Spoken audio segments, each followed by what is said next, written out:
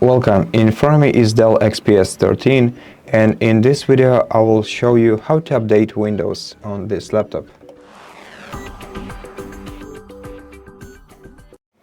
First, tap on the Start button, open Settings, select Windows Update section, and here, if you don't have any updates shown, then select Check for Updates button and wait until your device finds any updates available.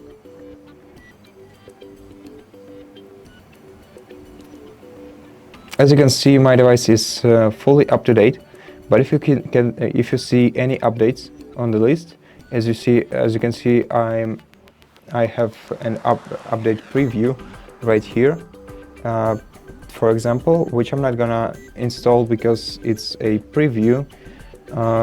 Then just click download and install right here.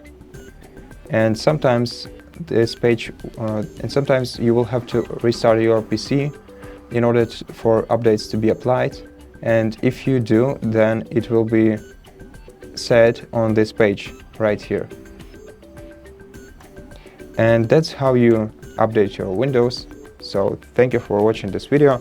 If you liked it, consider subscribing to our channel, leave us a like and a comment below, and I'll see you in the next one.